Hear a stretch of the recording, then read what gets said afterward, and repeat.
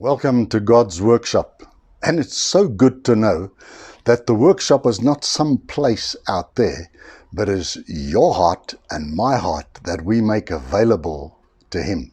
You see, the scripture says that God binds up the broken-hearted.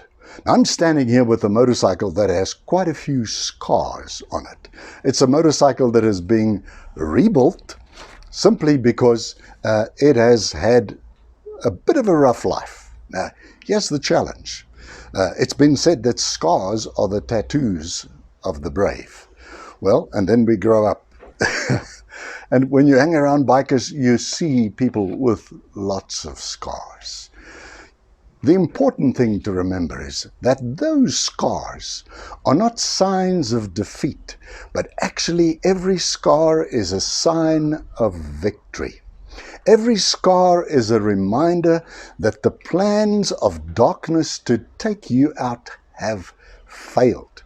And the scripture says in 1 Corinthians chapter 15 and verse 57, "Now thanks be to God, who always leads us in triumphant procession in Jesus Christ." So when you look at the scars, what do you see?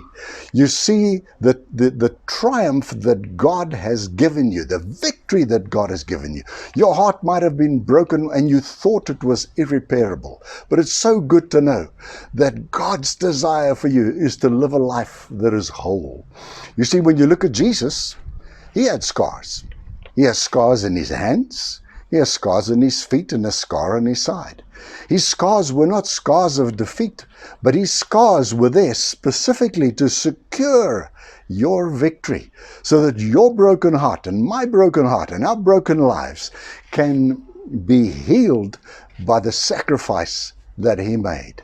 It's wonderful to know that regardless of what you've been through, there is not a matter of hopelessness, but it's a matter of bringing yourself completely to Him as you are. He loves you, and He desires that your scars would be reminders, as the scars of Jesus, that there's victory when we trust Him.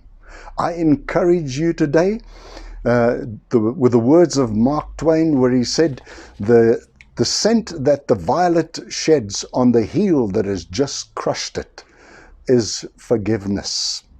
And would you be in a place where you're just willing to let the past go and choose to forgive that which has caused the scars? You loved and prayed for. Set others free exactly the same way that Jesus set you free.